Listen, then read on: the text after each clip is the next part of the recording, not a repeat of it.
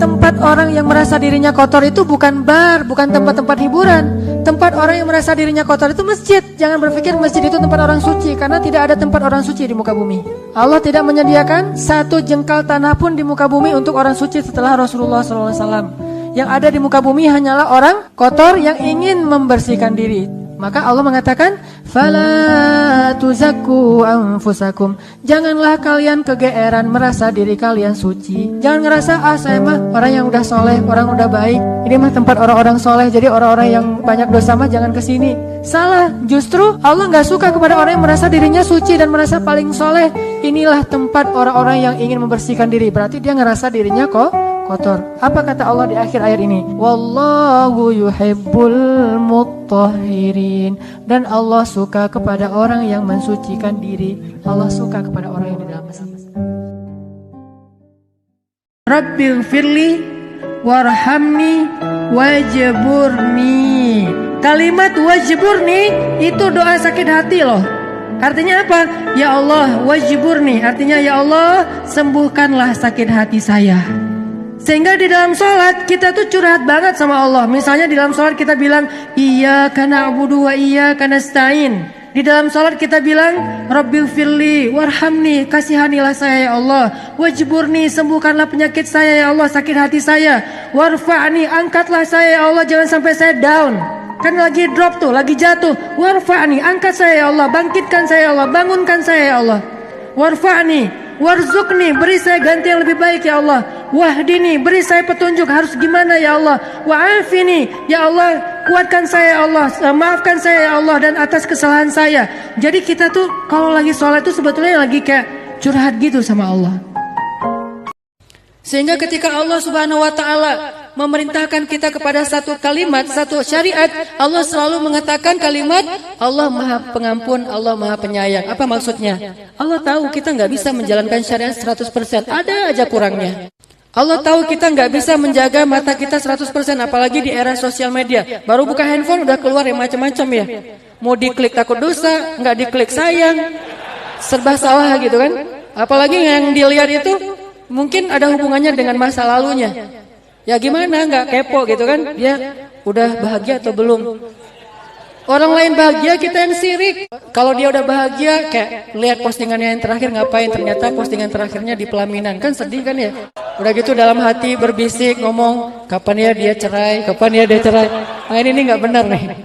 Terus kepoin, ada nggak kode-kode dia posting lagi curhat. Begitu dia curhat dikit, kasih kode, langsung nyambar. Yang sabar ya, cie. Ma wadda'aka rabbuka wa ma qala, itu booster banget teman-teman. Itu mood booster banget. Caranya kita baca berulang-ulang. Kalau kita lagi kayak ngerasa kok saya hidupnya gini-gini banget ya, kok Allah gak nolongin saya, baca lagi wadduha wallaili idza saja ma wadda'aka rabbuka wa ma qala. Rabbmu tuh gak pernah ninggalin kamu, gak pernah benci sama kamu. Kok saya kayak hidupnya gak berhenti dari masalah ya. Kapan sih datangnya pertolongan Allah? Ma wadda'aka rabbuka wa ma qala. Allah tuh gak meninggalkan kamu, gak benci sama kamu. Pertolongan itu pasti akan Allah datangkan. Ala inna nasrallahi qarib. Bukankah pertolongan Allah sudah dekat? Kayak gitu diulang-ulang sesuai dengan masalah kita. Perhatikan surat Ad-Duha secara utuh dari ayat pertama sampai selesai. Itu ayat ketika Nabi lagi hampir putus asa. Ketika Nabi dalam keadaan gak pede. Ketika Nabi dalam keadaan sedih berat. Kenapa? Karena wahyu sudah 6 bulan gak turun. Jadi kayak ibarat kita tuh udah 6 bulan gak ketemu dengan kekasih kita. Udah 6 bulan gak dapat WA dari pasangan kita. Kan paling-paling 2 hari 3 hari aja udah baper berat ya. Gak ketemu Jibril 6 bulan lamanya sampai Nabi berpikir jangan-jangan saya sudah dipecat sebagai seorang Nabi. Sedih banget. Turunlah ayat setelah 6 bulan Nabi dalam keadaan sedih. Wadduha wallaili idza saja ma wadda'aka rabbuka wa ma qala. Tuhanmu tidak pernah meninggalkanmu dan gak benci sama kamu wahai Muhammad. Ini ayat buat kita. Kalau ada yang mengatakan, apa maunya Allah sama saya? Kayaknya Allah nggak ridho nih, saya jadi orang benar nih. Apa sih yang Allah pengen dari saya? Semua yang udah saya lakukan, tapi kok jadi kayak gini? Allah menjawab, ma wadda'aka rabbuka wa ma qala. Allah tuh nggak pernah benci sama kamu, wahai hambaku. Dan Allah itu nggak pernah meninggalkan kamu.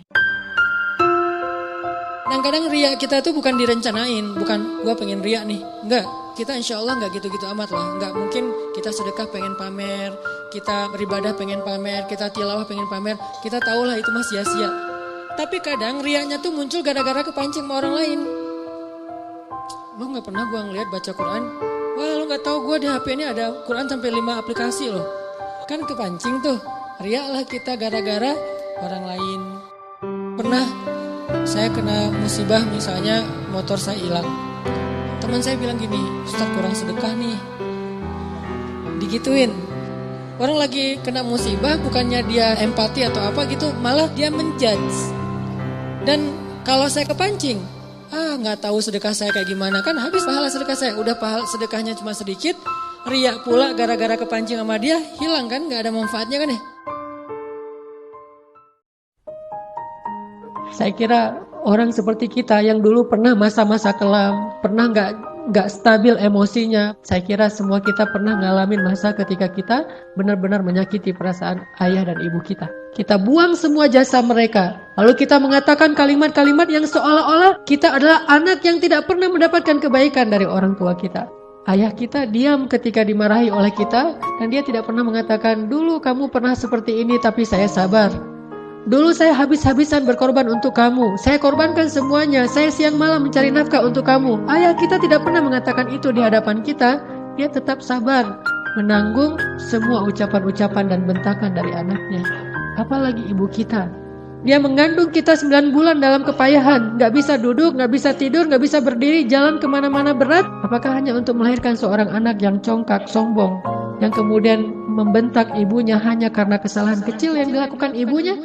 Kalau kita butuh cinta dari siapapun, cinta dari orang soleh, cinta dari ulama, cinta dari orang tua, cinta dari pasangan, cinta dari calon pasangan, dari mana aja lah. Carinya tuh bukan di bumi, carinya di langit.